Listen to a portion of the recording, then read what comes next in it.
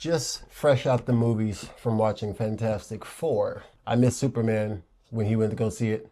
Had shoots to do and stuff. But this just came out, so I prioritized that over Superman. Do you think this was better than Superman? No, I like this movie though. Fantastic Four was good, but I'm a Superman fan, so it's kind of like a bias. I'm kind of biased. I'll say Superman had more action. I don't even know, man. I can't say it's a better film. When you talk about the way it was made, as a filmmaker, is it a better film? I don't know, man. Fantastic Four was really well done. I just enjoyed Superman more. It was more enjoyable, but this was a good movie. I can't be mad at this movie for the simple fact that this is probably the best iteration of Fantastic Four from all the movies, all the attempts. You think about it, they have a lot of attempts at this series. Yeah. Like more than normal. Yeah. So it's clearly a popular franchise because they've tried and tried with this. This time, I feel like they got it right. Very heavy on character development, I feel like, but in a good way. Yeah. There's really all around nothing to really complain about in this movie because of what it is. Even the title says First Steps. So it's pretty self-explanatory what their intentions were in this movie. I walked in the mood for more action. I know the story of Fantastic Four. When you reboot something, you still got to show a little bit. They didn't spend the whole time trying to do the character development. But at the same time, I was ready for some action at a certain point, and it was still like another 20 minutes of just development. Not to spoil anything, just pure development. I'm like stuck because I don't want to spoil anything, so I'm gonna let you ride this one. Yeah, good acting. Good acting. The way I felt like. You felt like they did give it time, like Chris was saying, for that development of the character, for you to feel for we're being introduced to a new Fantastic Four because there are so many other iterations. I felt like they worked good together. But Pedro Pascal, his mustache, man, is just getting in the way of everything. He's a good actor, all right? He's a good actor, but I mean, that mustache just threw me off. You're like, bro, why didn't you just at least shave the I mean, I haven't seen many. I can't even think of none of the characters because I used to collect comics and all that, and I can't think of Reed Richards with just a mustache. I've seen him with a beard and a mustache, but not just. I mean, it looks like Pedro Pascal, but he, like I said, phenomenal actor. All of them did great for what they were given. It was a good establishing story. I liked the retro feel of it, like the Jetsons kind of thing. And something, a bunch of YouTubers were talking about, oh, we think this is going to happen and at the end of the movie. But what I thought was going to happen at the end of the movie didn't happen. So I was like, oh, okay. How are they going to move forward? How are they going to, move forward with this? But then there's something else that happened at the end of the movie. If you stay there, that I was like, oh, okay, let's see what happens here. So it was a good movie. There was a point where Chris laughed. I mean, we can't really spoil it, but you saw it coming though, right? Before you laughed. Yeah. Just the way it happened. Right. At a certain point, it became predictable. I mean, because it was festering up there for a while. That's the thing. It was like very savored in that moment. So it was a good movie. You guys would enjoy it. Like I said, I felt like the Ben Grimm, my favorite thing of all time. He's definitely when I first heard his voice, it kind of like I thought it should sound different, but watching the movie, it felt good. Like his voice matched his body. I don't know what these people are talking about, the whole woke thing with Johnny Storm, or everybody's so sensitive. Man, I can't stand. People were saying, look, Chris don't even be like watching this stuff. Like I watch other YouTubers, man, and they're saying that everything's woke with this movie. Now I don't like woke stuff. I don't like putting characters, like putting a black whatever Hulk or something, something that isn't comic accurate. I wanted to stick to but they said that Johnny Storm was woke, but he wasn't woke, right? He Like his actions or something? Well, yeah, he wasn't like pissing on dudes or nothing. He wasn't like I mean, I just saw YouTubers saying, well, they said that they didn't make he wasn't as much of a chauvinist as like Chris Evans. Remember Chris Evans? He was more like I wouldn't even say a chauvinist. He was just a more of a player, right? They I mean, toned him down, but he still right. So I guess he was toned down, but I could understand the circumstances that was going on in this movie was pretty serious. For what little sarcasm that was in it, it was almost out of place for how serious this scenario was. Yeah. So there was no room for jokes, but they did slide some in. Yeah. So I wouldn't really dog on him because there was really no time for that. Yeah. For what what was going on and what was at risk and everything. So I can understand like his humor being put to the side to prioritize saving literally the world. So yeah, and he did joke with what he had. He did, right, you know, and it wasn't like whatever people were saying. What people had a problem with.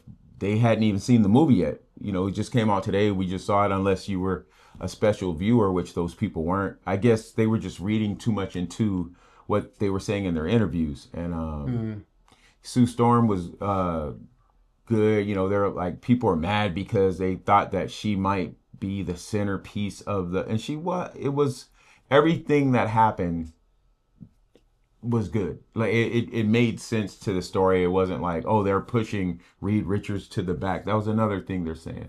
They're saying that they were pushing Reed Richards to the back and Sue Storm was the leader, and that's not true. That's not what I saw. That's definitely not what happened. Yeah. Yeah, that's definitely. I didn't notice anyone getting more screen time than someone else, or it's pretty. If anything, the Thing got the least amount of screen time. But even for him, like now that you're mentioning it, I'm like thinking hard. But there's nothing. I didn't walk out of the movies and be like, man, I didn't see enough of the Thing or anything like that. One reason why I say I can't be mad at this movie because it's well balanced overall. Yeah. You know. Yeah. I could use more action. That's just the mood I'm in right now. It's definitely the best Fantastic Four for me so far, hands down. By far. Yeah.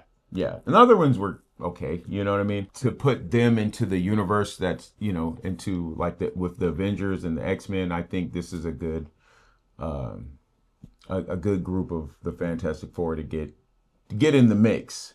So yeah, it was good. It seems like some stuff is really about to start going down in the next few years here. Yeah. So popping off. Hopefully we get an Avengers level event again with Doomsday and going off subject here. Not off subject, but you know. Yeah, it's that'll be for another day because there's plenty more movies, and I don't know if they're still doing the TV show thing as strong as they were before. No. I wasn't really watching any of the TV shows. I just skipped straight to the movies. I'll YouTube some stuff, recaps on what happened on the YouTube series, just because of my lack of time that I had to watch that stuff. But yeah, I agree with him with the whole Pedro Pascal thing. It's like he's not even trying anymore. As far as appearance, like he just acts like that character. Like his version of Mr. Fantastic or Joel from The Last of Us. And he's still Joel to me. Because that's when I first started actually paying attention to his existence. From Last of Us? Mm-hmm. Oh, really? Yeah. I mean, I know he's been in other stuff, but since The Last of Us, he's in everything. And he hasn't changed nothing, no physique. Like, Christian Bale will literally lose 200 pounds to fit in a role and embrace it, learn different languages and all this stuff. Pedro, he did shave his mustache in Wonder Woman 3. You know he was the bad guy in Wonder Woman 3? Pedro Pascal. He's been I don't around. think I've seen Wonder Woman 3. Was it 2? There was no 3. I only seen the first Wonder Woman. There's only 2. Yeah, he was in part 2, 1984 or whatever. I said 3. Yeah, I never seen that one. You didn't miss anything. Yeah, so but yeah, Pedro, I think he's related to someone in Hollywood.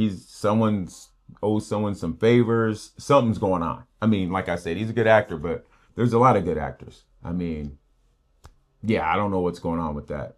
I think we discussed it in our reviews before that we're not heavily against it, but we do like when other actors have opportunities, especially new upcoming actors in roles like this.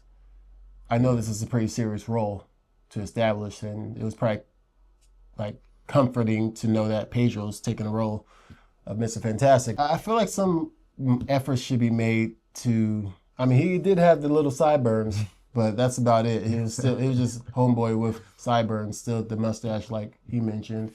Yeah. And I agree.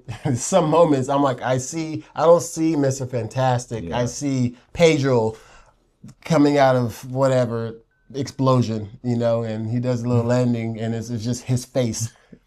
That's what got me a couple times. I'm just like, okay. But other than that, I'll have no complaints. I'm superhero fatigue, Pedro Pascal fatigue. The movie was great other than that.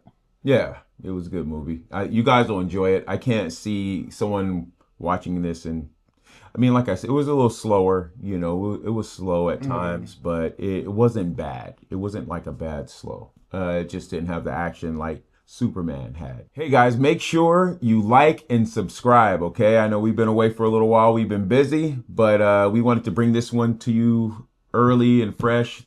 Fantastic Four review. So, we've been excited to watch this ever since we revealed the way Ben Grimm looked. So yeah, make sure you like and subscribe.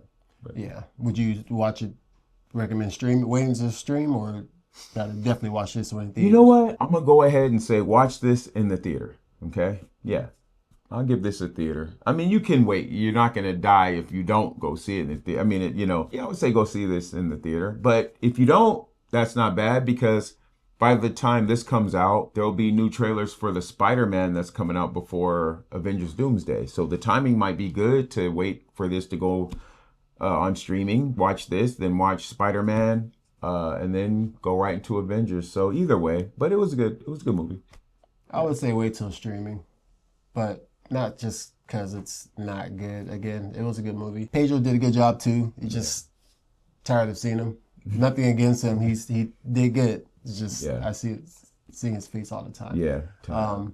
At least they kept his helmet on in The Mandalorian. You know that was him too, right? I heard that before, but I forgot. It's good that, you know what I mean, that they kept his helmet on. I heard he got mad because he wanted his helmet off. Like, no, dude. See, there's something there, and that's what's bugging me. Mm-hmm. Like he wants to be known as Pedro Pascal, not Mr. Fantastic. When he's playing these roles, he wants you to see him for who he actually is. Yeah. Anyway, I was gonna name a few other actors, but I'm not gonna. That are like that. Go there. Yeah. I don't want to. I'll get them when it's time. We're somewhat in the film industry, so we won't. We might need them when. No, I'm just no. Till next time, Real Brozzz out.